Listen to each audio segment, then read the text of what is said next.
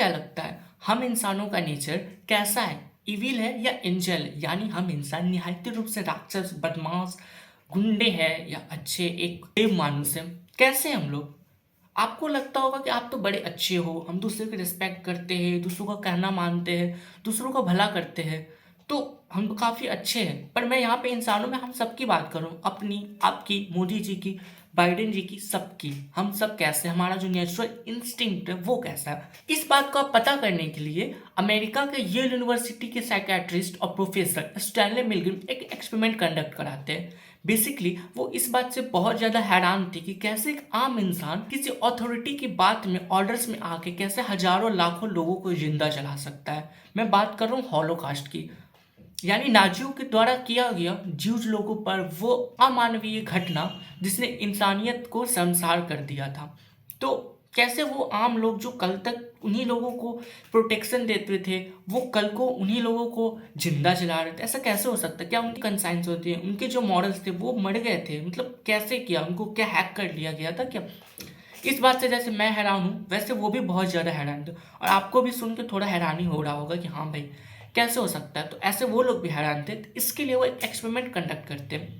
इस एक्सपेरिमेंट का प्लॉट कुछ ऐसा था, वो पेपर में इश्तेहार देते कि उन्हें कुछ लोग चाहिए जो इस एक्सपेरिमेंट में पार्ट ले सके, जिसके लिए वो 20 से लेकर के 50 साल तक के 40 पुरुषों को चुनते हैं और उन्हें टीचर्स का रोल देते हैं। बेसिकली उन्हें टीचर बनना था, और हर टीचर को एक एक पेयर दिया जाता है, यानी हर टीचर को एक स्टूडेंट मिलता है और उन्हें उस स्टूडेंट का टेस्ट लेना रहता है। यह एक्सपेरिमेंट उसी यूनिवर्सिटी के रिसर्च सेंटर में कंडक्ट कराया जा रहा था, जहाँ पे दो रूम्स थे।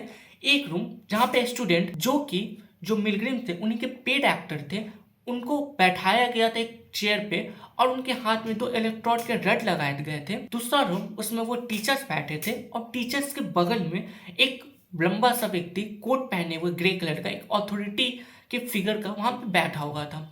अब बेसिकली इस टेस्ट में करना क्या था, उन्हें एक पेपर मिलता है। इस पेपर पे कुछ क्वेश्चंस थे, ये क्वेश्चन उन्हें उस स्टूडेंट से पूछने होते और हर गलत सवाल पे उन्हें उसे बिजली का झटका देना होता है। बिजली का झटका कैसा था, तो वो जो टीचर जहाँ पे बैठे थे उनके पास एक स्विच बोर्ड था, जहाँ पे 5 वोल्ट से लेकर के 450 वोल्ट यानी 450 वोल्ट तक के स्विचेस थे, और हर गलत जवाब पे उन्हें झटका देना था और उसको और झटका को बढ़ाना था। पहला सवाल पूछा, गलत जवाब 15 वोल्ट, 30 वोल्ट, ऐसे ऐसे ये बढ़ रहा था और इसका हाईएस्ट था 450 वोल्ट। एक्सपेरिमेंट को शुरू करने से पहले इंसान को करंट लगने पर वो कैसा महसूस करता है, ऐसा महसूस कराने के लिए उन टीचर्स को भी हल्का सा बिजली का झटका दिया गया ताकि वो महसूस कर सकते। एक्सपेरिमेंट शुरू होता है, पहला सवाल, वो पेड एक्टर थे तो वो जान से गलत जवाब दे देते हैं या उन्हें पता भी ना हो। गलत जवाब 15 वोल्ट, ऐसे ऐसे करंट देते हैं और वो जो स्टूडेंट रहता है वो चीख रहा होता है, चिल्ला रहा होता है। वो ऐसे बैठे होते हैं, भले वो स्टूडेंट को देख नहीं पाते पर उसकी चीख चिल्लाहट सुन सकते हैं। वो चिल्ला रहा है, चीख रहा है कि मुझे छोड़ दो, मुझे जाने दो, मुझे एक्सपेरिमेंट में पार्ट नहीं बनना है। वो रो रहा होता है, अपनी जान की भीख मांग रहा होता है। और यहाँ पर टीचर्स को एक्सपेरिमेंट करना रहता है, उनके पीछे अथॉरिटी रहती है और उन्हें जब भी डाउट होता है तो वो पूछते हैं कि क्या करो, मर तो नहीं जाएगा, कुछ हो तो नहीं जाएगा। तो अथॉरिटी बस इतना बोलते हैं, कंटिन्यू, प्लीज़ कंटिन्यू। एक्सपेरिमेंट पूरा हो इसलिए ज़रूरी है कि आप उनको करंट देते रहे, इसलिए कंटिन्यू ऐसा बोलते हैं। ऐसा एक्सपेरिमेंट चलता है। अब जो इस एक्सपेरिमेंट के जो रिजल्ट्स आते हैं वो सभी लोगों को काफ़ी हैरान कर देते हैं। आप भी काफ़ी हैरान हो जाओगे यह जानने के बावजूद कि 450 वोल्ट तक के झटके मिलने पर उस इंसान की जान भी जा सकती है। लगभग एक तिहाई यानी 65% लोगों ने उस थ्रेशोल्ड को टच किया था, यानी 65% लोगों ने वहां पर लोगों को उतना बिजली का झटका दिया था। अब बाकी के लोग 300 वोल्ट तक के झटकों को दिए थे, उसके बाद वो रुक गए थे। और ऐसा काम करने के लिए वो किसी भी तरह से लीगली बाउंडेड नहीं थे। वो जब चाहे एक्सपेरिमेंट छोड़ के जा सकते थे, बशर्ते उन्हें उनका प्रॉमिस किया हुआ पैसा नहीं मिलेगा। इस एक्सपेरिमेंट के बाद मिलग्रिम्स एक कंक्लूजन ड्रॉ करते हैं कि आम इंसान जो अपनी जिंदगी में आम काम कर रहा है, मेरे और आपके जैसा इस तरह घूम रहा है, उसे अगर कोई अथॉरिटी ऑर्डर देती है तो एक एक्सटेंट तक इंसानों की जान तक ले सकते हैं। यह एक्सपेरिमेंट यहीं पे खत्म नहीं होता।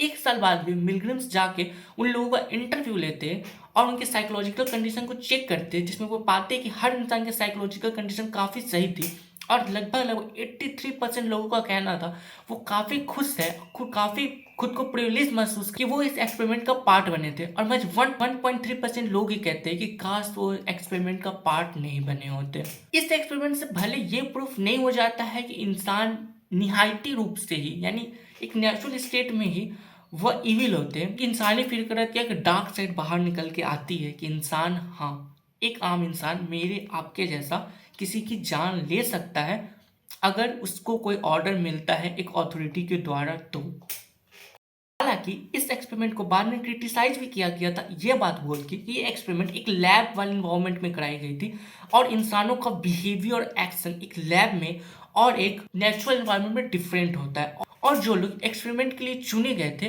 वो खुद से वॉलंटियर करके वहां पे गए थे, यानी उनके अंदर एक वॉलंटियर करने की ट्रेट थी। पर इस सब के बाद भी एक बात जोर निकल के आता है कि एक आम इंसान मेरे और आपके जैसा अगर उसको एक अथॉरिटी से ऑर्डर मिलता है तो वो दूसरे इंसान की जान तक ले सकता है।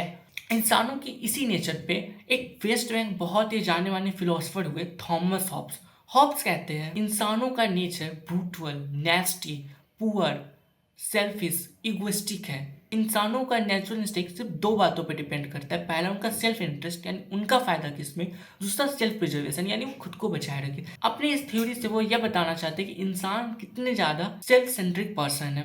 और अगर हम इतिहास के पन्नों को पलट के देखें तो हमें देखने को मिलता है इतिहास में कई बार ऐसी घटनाएं हुई है जहां पे इंसानों ने अपने एविल नेचर को शो किया है। चाहे हम नाजियों के द्वारा किया गया हॉलोकास्ट की बात करें, कितने भी पास्ट में वॉर क्राइम्स हुए, एट्रोसिटीज हुई है, और कितने जो प्रिजन ऑफ वॉर थे उनके साथ की गई अमानवीय घटनाएं हैं। और आज भी ऐसी कितनी भी घटनाएं होती है जिससे हमें इंसानों का एविल नेचर बाहर निकल के आता हुआ दिखता है। हम देखते इंसान कितने बुरे हैं, नेचुरली कितने सेल्फिश है, दूसरों को नुकसान पहुंचाते हैं। और ये सब तब हो रहा है जब हमारे ऊपर गवर्नमेंट है, हमारे ऊपर कोई अथॉरिटी है जो हमें इसे करने से रोक रही है।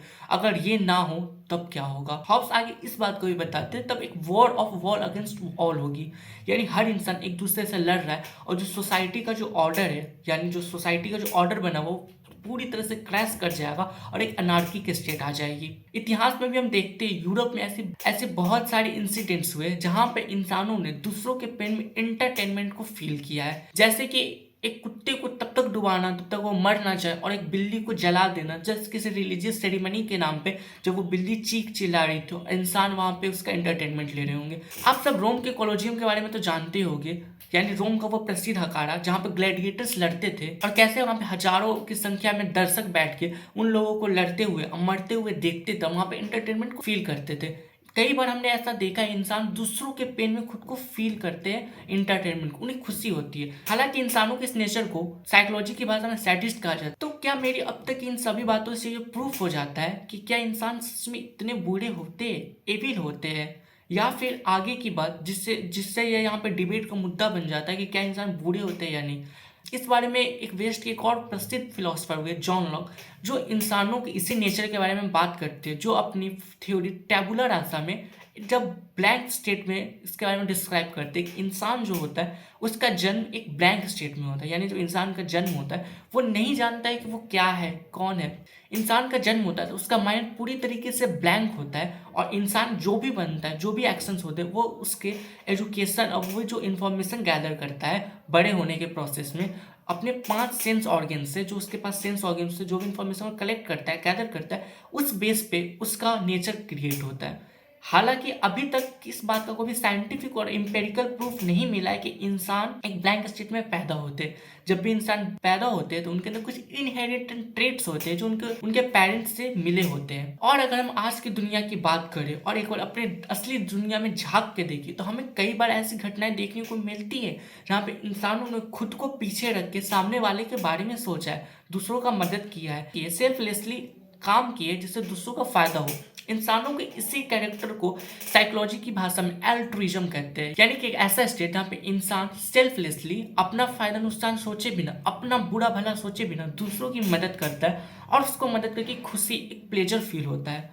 और यह भावना हम सब ने कभी ना कभी फील की हुई होगी, और उस टाइम हमें खुद को कितना ज़्यादा अच्छा लगता है। तो ये इस बात का एक बहुत अच्छा रिबटल हो सकता है कि इंसानों का नेचर एविल ही होता है। और अगर बात करते हैं उस घटनाक्रम की जहाँ पे इंसानियत सबसे ज़्यादा शर्मसार हुई थी, हॉलोकास्ट का टाइम, उस टाइम एक व्यक्ति थे ऑस्कर स्क्लिंटर करके, जिन्होंने अपनी जान की परवाह किए बिना हजारों जीव लोगों को बचाया था। इसके अलावा हम देखते हैं कि हमारे सोसाइटी में बहुत सारे ऐसे पॉजिटिव काम भी होते हैं, डोनेशंस होते हैं, चैरिटी होते हैं, लोग एक दूसरे की मदद करते हैं। बहुत सारे ऐसे इंस्टीट्यूशंस बनाए गए, एनजीओज हो गए, और ऑर्फन्स हाउस हो गए, उसके बाद एल्डरली पीपल के लिए घर हो गए, और हमने सोसाइटी के स्ट्रक्चर से तैयार करने की कोशिश की है जहाँ पे हम इविल नेचर को नहीं शो करते। इतना सब होने के बावजूद भी हमें अच्छा बनने के लिए 100 लॉज लिखे गए हैं, 100 आईपीसी की धाराएं लिखी गई है, अलग अलग देश के कॉन्स्टिट्यूशन में अलग अलग पीनल प्रोविजन लिखे गए कि ये करना गलत है और इसका ये सजा है। हमारे रिलीजियस बुक सजेस्ट करते हैं हमें अच्छा कैसे बनना है। ये सारा ट्रेड एक तरह से इसका आंसर भी हो सकता है, हम इंसान एविल हो सकते हैं। तभी तो हमें बताया जा रहा है ना कि हमें क्या करना है, क्या करके हम अच्छे बन सकते। अगर हम नेचुरल तौर से ही अच्छे होते तो हमें इस सब की जरूरत ही क्या होती। और भी बहुत सारी घटनाएं हुई है इतिहास में जहाँ पे लोगों ने दूसरों की मदद किया है, काइंडनेस शो किया है, जिससे लगता भी है, जिस सब ऐसी घटनाओं से मिक्स होके ही लगता है कि इंसान अच्छे होते भी है या नहीं। हालांकि मैं भी अभी तक इस कंक्लूजन पे कुछ नहीं पहुंच पाऊंगा कि इंसान बुरे होते हैं या नहीं होते। अगर आपने अभी तक मेरी बातचीत को सुना हुआ तो आपका एक परसेप्शन बन गया होगा। अब ये आप मुझे कमेंट में बताएं, आप क्या सोचते हैं कि आपका आपके साथ इंसानों का नेचर कैसा है। अगर आपको ये वीडियो पसंद आया और आप चाहते हैं कि मैं और ऐसे वीडियो पर रिसर्च करूं और इस वीडियो को और आगे बढ़ाऊं, तो आप मेरी वीडियो पे कम से कम 1000 लाइक तो कर ही दीजिए, ताकि मुझे भी लगे कि लोग इंटरेस्टेड है जानने में। मैं और रिसर्च करके एक कोशिश करूंगा एक फाइनल कंक्लूजन तक पहुंच सकूं और आपका जो नॉलेज बेस है उसको और ब्रॉड कर सकूं। तब तक के लिए चलता हूं।